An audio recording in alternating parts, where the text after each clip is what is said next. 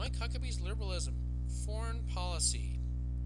Huckabee wrote an article in Foreign Affairs where he described Bush's foreign policy as an arrogant bunker mentality and said that foreign policy was much like a top high school student.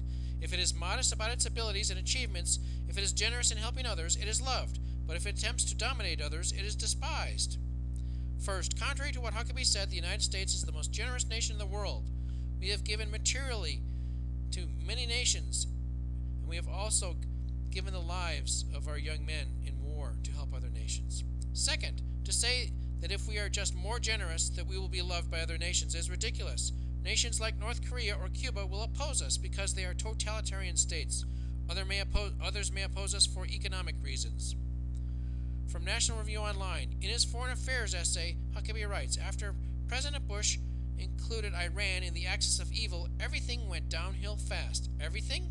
Is the former governor of Arkansas all that familiar with the history of Iran since the 1979 revolution? Is he aware of Iran's actions when it comes to its nuclear ambitions, support for terrorism, the oppression of its own people, actions which earned it a place in the axis of evil list? Does Huckabee dispute that the Iranian regime is evil, or is he only upset that President Bush spoke truthful words about it? And what does he make of the fact that Iran in 2003 ceased production of its nuclear weapons program a year after the Axis of Evil speech and soon after Operation Enduring Freedom and Iraqi Freedom? And if the president's policies have been so counterproductive abroad, how does he explain the rise to power of pro-American leaders in other countries like Sarkozy in France and Merkel in Germany, two nations where anti-American animus is said to run deepest? In Huckabee's article, he discusses how, in our foreign policy, we are acting alone. In reality, we have many alliances in Iraq and in Afghanistan.